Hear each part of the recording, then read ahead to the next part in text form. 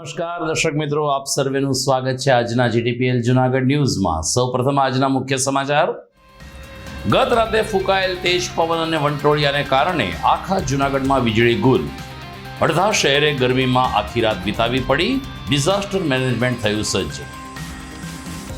જુનાગઢ શાકભાજી યાર્ડમાં કેસર કેરીના 10,000 બોક્સ ઠલવાયા। ગીર અને વંથલી પંથકમાં કમોસમી માહોલથી કેરીના પાકને નુકસાન।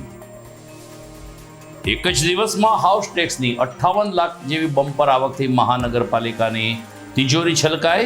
23 લાખ રૂપિયા ઓનલાઈન ભરી નગરજનોએ ટેકનોલોજીનો કર્યો ઉપયોગ। અને વારાણસી મોદીના રંગે રંગાયો। અભૂતપૂર્વ રોડ શો યોજી આજે બપોરે નામાંકન ભરતા વડાપ્રધાન મોદી। આ તમામ સમાચાર આપણે વિસ્તારથી જોઈએ તે પહેલા લઈએ એક બ્રેક।